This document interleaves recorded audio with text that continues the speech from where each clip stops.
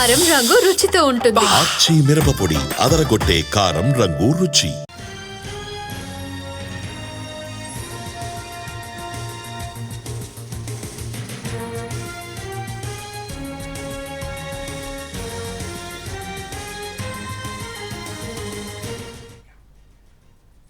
ఆంధ్రప్రదేశ్లో గత కొద్ది రోజులుగా అధిక ఉష్ణోగ్రతలు నమోదవుతున్నాయి.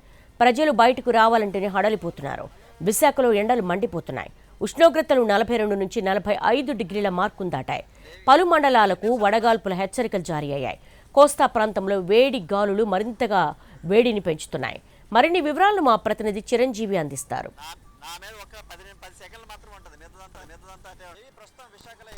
ఇప్పుడు 4 గంటల సమయం అవుతున్నప్పటికీ మిట్ట మధ్యాహ్నం ఎలా అయితే ఎండ ఉంటుందో అటువంటి వాతావరణం ఉంది.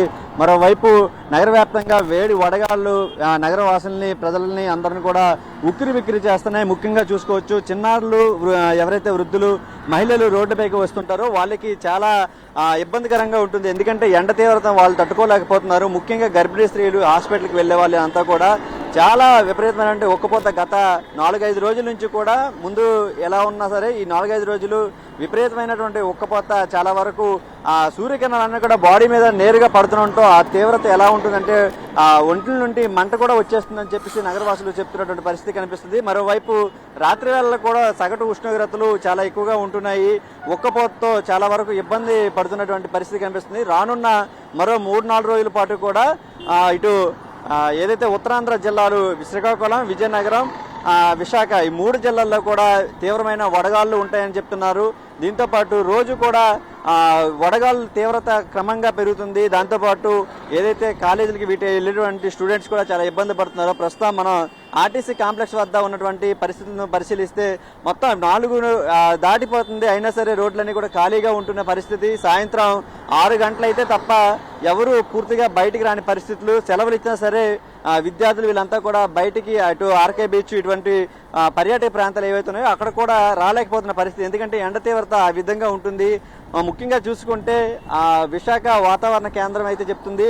దాంతోపాటు ఈ తేమ ఎక్కువగా ఉంటుంది. కోస్టల్ ఏరియా కాబట్టి తేమ ఎక్కువగా ఉండడంతో విపరీతమైన ఉక్కపోత ప్రజలను అల్లాడిస్తున్నటువంటి పరిస్థితి కనిపిస్తుంది. నిప్పుల కొలిమిల ప్రస్తుతం విశాఖ నగరం గత 4-5 రోజుల నుంచి కూడా ఉంటున్న పరిస్థితి. ఇప్పుడే ఎలా ఉందంటే రానున్న మే నెలలో ఇంకా ఎక్కువగా ఎండ తీవ్రత ఉండే అవకాశం ఉంటుందని వాతావరణ శాఖ అధికారులు చెప్తున్నారు.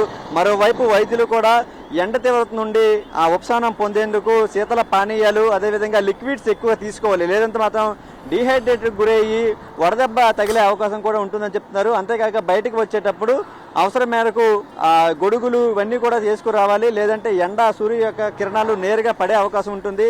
దాంతో ఎక్కడికెక్కడ వడదెబ్బ తగిలి చాలా వరకు ఇబ్బంది పడే అవకాశం కనిపిస్తుంది. మరోవైపు వేడి వడగాళ్ళు ప్రజలను అయితే మాత్రం ఉక్కిరి బిక్కిరి చేస్తాయంటే చాలా వరకు వాళ్ళు ఎంత ఇబ్బంది పడుతున్నారో మనం తెలుసుకోవచ్చు. బయటికి వచ్చేటువంటి ప్రజలు అంతా కూడా దాంతోపాటు విశాఖ పర్యాటక నగరం కాబట్టి ఇతర ప్రాంతాల నుంచి వచ్చే సెలవులకి వచ్చేటువంటి పర్యాటకులు కూడా హోటల్స్కి వీటికే పరిమితం అవుతున్నారు. సాయంత్రం 5:30-6 గంటలు అయితే తప్ప బయటికి రాని పరిస్థితి. ఉదయం 7 గంటల నుంచే బాణుడు నిప్పుల వర్షం అయితే కురిపిస్తున్నాడు.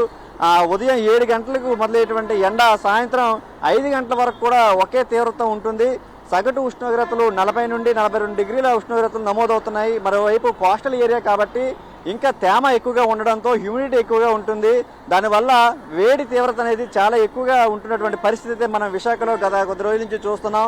ఏప్రిల్, మార్చి నెలలో ఈ వేడి తీవ్రత ఇలా ఉంటే రానున్న మే ఏదైతే రోహిణి, కార్తీ ఇవన్నాయో ఆ సీజన్లో అయితే మాత్రం ఇంకా విపరీతమైనటువంటి మాడు పగిలే ఎండలు ఉండే అవకాశం ఉంటుందని వాతావరణ శాఖ అధికారులు చెప్తున్నారు. మరోవైపు ఏజెన్సీలో చూసుకుంటే అక్కడ భిన్న వాతావరణం అయితే మనకు కనిపిస్తుంది. ఉదయం పూట మంచు ఉంటుంటే మధ్యాహ్నం పూర్తిగా ఎండ విపరీతమైన ఉక్కపోతతో కూడినటువంటి ఎండ, సాయంత్రం అవగానే చిరుజల్లులు కురుస్తున్నాయి. వాళ్ళకి మిశ్రమ వాతావరణం ఉన్నప్పటికీ ఇటు ఉత్తరాంధ్ర జిల్లాలతో పోల్చుకుంటే విశాఖ అదేవిధంగా విజయనగరం, శ్రీకాకుళం ఈ 3 జిల్లాల్లో మాత్రం విపరీతమైనటువంటి ఉక్కపోత ఉంటుంది. విజయనగరం, శ్రీకాకుళం జిల్లాలతో పోల్చుకుంటే ఇటు అనకాపల్లి, విశాఖలో అయితే మాత్రం రికార్డు స్థాయిలో ఉష్ణోగ్రతలు నమోదవుతున్న పరిస్థితులు అయితే మనం చూస్తున్నాం. ముఖ్యంగా విశాఖలో గత ఏడాది కంటే ఈ ఏడాది రికార్డు స్థాయి ఉష్ణోగ్రతలు అయితే మనకి కొనసాగుతున్నాయి. మరోవైపు శీతల పానీయాలకు అదేవిధంగా లిక్విడ్స్ ఏవైతే ఉన్నాయో జ్యూసులు ఇవన్నిటికి వాటికి విపరీతమైన డిమాండ్ కూడా ఏర్పడినటువంటి పరిస్థితి. చెరుకు రసాలు ఇవన్నీ కూడా చాలా వరకు ప్రజలు సేవిస్తున్నారు. అంతేకాకుండా మరోవైపు జీవీఎంసీ అధికారులు కూడా ఎక్కడికక్కడ మంచినీటిని అందిస్తున్నటువంటి పరిస్థితి. చలివేంద్రాలు ఇవన్నీ కూడా అందిస్తున్నారు. దాంతోపాటు స్వచ్ఛంద సంస్థలు ఏవైతే ఉన్నాయో మజ్జిగలు ఇటువంటివి కూడా ఇచ్చి ప్రజలకి ఉపశమనం పొందేందుకు కూడా ఏర్పాటు చేస్తున్న పరిస్థితి కనిపిస్తుంది. ఏదేమైనప్పటికీ గత వారం రోజుల నుంచి కూడా విశాఖలో అయితే మాత్రం బాణుడు ఉగ్ర రూపం దాలుస్తున్నాడు. చాలా వరకు మండు ఎండలో ప్రజలంతా కూడా అల్లాడిపోతున్న పరిస్థితి అయితే మనం విశాఖలో చూస్తున్నాం. ఇప్పుడే ఎలా ఉందంటే రానున్న మే నెలలో ఏ విధంగా ఉండబోతుందని ప్రజలంతా కూడా భయపడుతున్నటువంటి పరిస్థితి విశాఖలో చోటు చేసుకుంటుంది. Watch studio.